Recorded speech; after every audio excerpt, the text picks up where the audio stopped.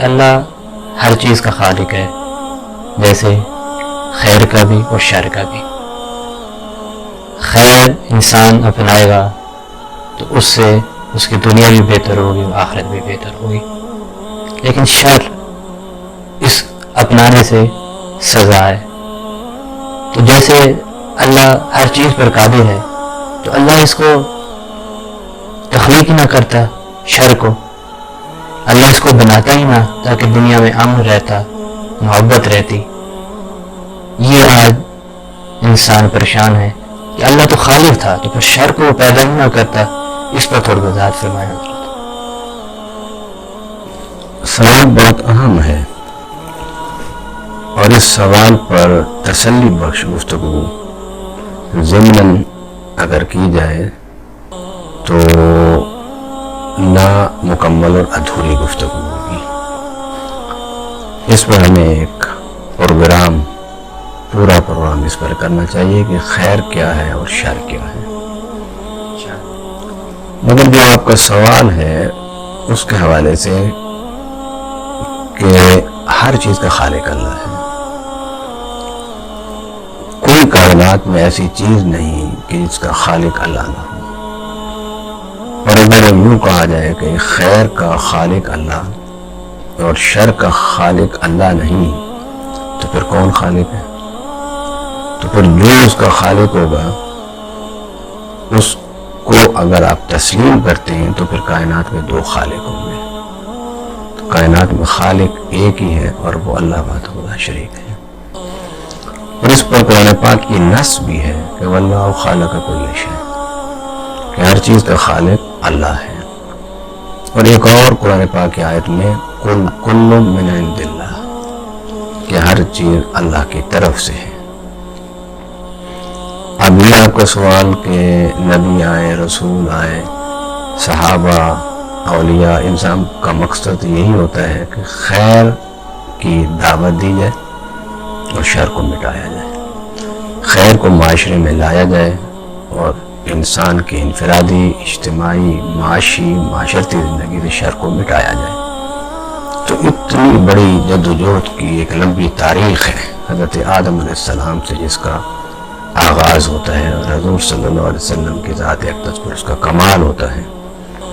اور اس دوران بڑی لڑائیں، بڑے جھگڑے، بڑے فساد، بہت کچھ ناپسندیدہ رونما ہوا۔ تو سوچ تو یہی ہے کہ اللہ تعالیٰ خیر کو پیدا فرماتا اور شر کو پیدا نہ فرماتا۔ مگر میں اختصار کے ساتھ اس کا جواب دوں گا۔ اللہ تعالیٰ نے مخلوق تو بے حساب پیدا کی ہے، جس کا کوئی شمار نہیں ہے۔ شجر ہیں، حجر ہیں، انسان ہیں، جن ہیں، فرشتے ہیں، حشرات ہیں، کیڑے مکوڑے ہیں، فضا میں پرندے ہیں۔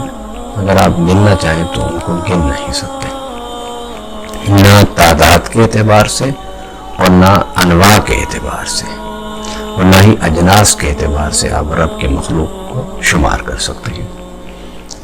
مگر ان مخلوقات میں جو بڑی مخلوق ہے جس کو سمجھا جاتا ہے وہ ہے ملائکہ، جن اور انسان۔ اب ملائکہ جو ہیں ان میں صرف خیر ہی خیر ہے، وہ گناہ نہیں کر سکتے، وہ شر نہیں کر سکتے، وہ غلط کام نہیں کر سکتے، وہ فساد نہیں کر سکتے۔ جو قرآن پاک میں اللہ تعالیٰ نے فرمایا ہے شداد اللہ یعصون اللہ ما امرہم، شدید سے، بڑی قوت والے ہیں مگر اللہ کے حکم کی نافرمانی نہیں کرتے۔ اور اس کے ساتھ انسان ہے، انسان اور جن رب العالمین نے ان میں دونوں طاقتیں رکھی ہیں، دونوں صلاحیتیں رکھی ہیں، نیکی کی بھی اور برائی کی بھی، خیر کی بھی اور شر کی بھی۔ اور یہ متفقہ اصول ہے کہ قیامت کے دن انسان اور جن یہ جنت میں جائیں گے۔ ملائکہ جنت میں ہوں گے جنتیوں کی خدمت کے لیے، لیکن جنت میں جانے کا استحقاق انسان اور جن کو ہے۔ وہ کیوں؟ اس کی وجہ یہ ہے کہ اللہ تعالیٰ نے جنت رکھی ہے نیک اعمال کرنے پر اور برے اعمال چھوڑنے پر۔ ملائکہ بڑے نیک عمل کرتے ہیں، لیکن وہ جنت میں اہل جنت کے خدام ہوں گے۔ انسان اور جن کو اللہ تعالیٰ نے جنت میں جانے کا استحقاق دیا اس وقت کہ جب وہ خیر کی طاقت سے نیکی کریں گے اور شر کی طاقت کو کنٹرول کریں گے، اس لیے اللہ تعالیٰ نے ان کو جنت عطا فرمائی۔ اگر وہ شر کی طاقت کو کنٹرول کر لیتے ہیں اور خیر کے راستے پر چلتے رہتے ہیں تو جنت ہی ہیں، اگر وہ خیر کے راستے سے ہٹ جاتا ہے اور شر کے راستے پر چلتے ہیں تو جہنم ہی ہے۔ اب ملائکہ میں سے کوئی ایک بھی فرشتہ ہم اسے جہنمی نہیں کہہ سکتے، اس لیے نہیں کہہ سکتے کہ ان کے اندر شر کی اللہ نے صلاحیت ہی نہیں رکھی، استعداد ہی نہیں رکھی ان کے اندر۔ تو جنت اور جہنم کا فیصلہ انسان کے اعمال پر ہوگا۔ جنت میں وہ جائے گا جو خیر کی طاقت سے اچھے عمل کرے گا اور شر کی طاقت کو دبائے گا، کنٹرول کرے گا، نقصان نہیں پہنچائے گا، فساد نہیں کرے گا، گناہ نہیں کرے گا۔ اور جو فساد اور شر کی طاقت سے مغلوب ہو گیا اور گناہوں کی زندگی اس نے گزارنی شروع کر دی اور خیر کی طاقت کو وہ یوٹیلائز نہیں کر سکا تو وہ جہنم میں جائے گا۔ دوسری بات یہ ہے کہ خیر اور شر اس کا تعلق استعمال اور نتیجے سے ہے۔ اس میں بڑی ایک ڈیبیٹ ہے، اس میں تقریباً 4 یا 5 نظریات ہیں کہ خیر کیا ہے اور شر کیا ہے۔ شیخ سعدی علیہ رحمت ایک واقعہ لکھتے ہیں کہ ایک شخص تھا، اس کو موت کی سزا ہو گئی تو اس نے بولنا شروع کر دیا اور وہ کیا بولتا رہا، بادشاہ کو گالیاں دیتا رہا۔ اور بادشاہ نے ایک سفیر سے، مشیر سے، وزیر سے پوچھا یہ کیا کہہ رہے ہیں؟ اس نے کہا بادشاہ یہ تو آپ کو گالی دے رہے ہیں۔ تو اس نے کہا کہ اس کو مارنے سے پہلے اس کے ہاتھ پاؤں کاٹنا، پھر اس کو پھانسی دینا۔ تو شیخ سعدی فرماتے ہیں کہ ایک دوسرا شخص تھا، اس نے کھڑے ہو کہا بادشاہ سلامت یہ غلط کہہ رہا ہے وزیر، یہ تو آپ کی تعریف کر رہا ہے، یہ تو مطلب ہے کہ آپ کا ذکر خیر کر رہا ہے۔ تو بادشاہ ٹھنڈا ہو گیا اور اس نے اس کی سزا معاف کر دی۔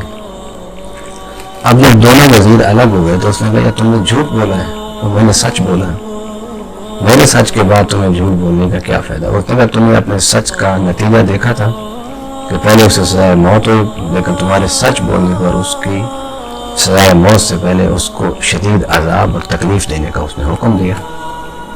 اس سے وہ ظاہر ہوا، میں نے پھر جھوٹ بولا، جس جھوٹ بولنے سے اس کی سزا ختم ہو گئی۔ اب یہاں کچھ لوگوں کا یہ نظریہ ہے کہ خیر اور شر فی نفس ہی کوئی چیز نہیں ہے، جس کا نتیجہ اچھا وہ خیر ہے، جس کا نتیجہ برا وہ شر ہے۔ اس لیے کہتے ہیں بعض دفعہ جو سچ ہوتا ہے وہ شر بن جاتا ہے اور جھوٹ جو ہوتا ہے وہ خیر بن جاتا ہے۔ اچھا، اس کے ساتھ ساتھ کچھ مذہبی لوگوں کی بھی رائے ہے کہ حضور صلی اللہ علیہ وسلم نے فرمایا کہ قیامت کے دن عبادت گزار اور شہید اور مجاہد اور علماء جب اللہ سے اجر اور جزا لینے جائیں گے تو اللہ تعالیٰ ان کو مسترد فرما دے گا اور اللہ کہے گا کہ ان حاجیوں کو، نمازیوں کو جہنم میں ڈال دو۔ وہ پوچھیں گے اللہ ہم نے تو بڑی نمازیں پڑھی ہیں۔ وہ اللہ تعالیٰ فرمائے گا تم نے ریاکاری کے لیے کی تھی، تمہاری نیت ٹھیک خیر نہیں تھی، اس لیے عمل تو اچھے تھے لیکن نیت خیر نہیں تھی، اس لیے جہنم ہے۔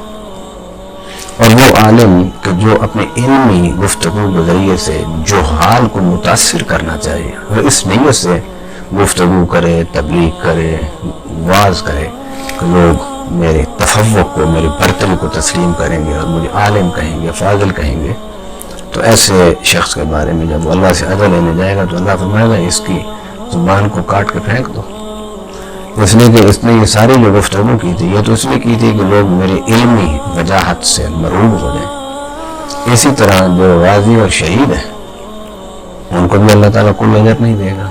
اللہ فرمائے گا تم نے تو اس لیے یہ جہاد کیا تھا کہ لوگ ہمیں تمہیں مجاہد کہیں، جرت مند کہیں، طاقتور کہیں، حاجی سے اللہ کہے گا تو نے تو اس لیے حج کیا تھا کہ لوگ مجھے حاجی کہیں، تو تم نے تو اس اعمال صالح کو کرتے ہوئے خیر کی نیت نہیں تھی تمہاری، اس لیے تمہیں اس کا کوئی اجر نہیں ملے گا۔ اب یہ ایک بڑی طویل گفتگو ہے، انشاءاللہ ہم کسی پروگرام میں صرف خیر اور شر پر گفتگو کریں گے، تاکہ جو صاحب علم ہیں لوگ سننے والے، ان کے لیے میری گفتگو ایک بنیاد ہوگی سوچنے کے لیے، اور جو کم علم لوگ میری گفتگو کو سنیں گے ان کے لیے انشاءاللہ آپ کا یہ پروگرام اور میری یہ گفتگو ان کی ذہنی جو غلط فہمیاں ہیں اور ذہنی انتشار ہے اس سے انشاءاللہ تعالی اس کا خاتمہ ہوگا۔ وہ پیدا تو اللہ نے سب کچھ کیا ہے، اب اس میں کچھ لوگوں کا یہ نظریہ ہے کہ اللہ نے جو کچھ پیدا کیا ہے وہ خیر ہی خیر ہے، بعد دفعہ اس کا استعمال، ہمارا غلط استعمال اسے شر بنا دیتا ہے، غلط استعمال اس کو شر بنا دیتا ہے۔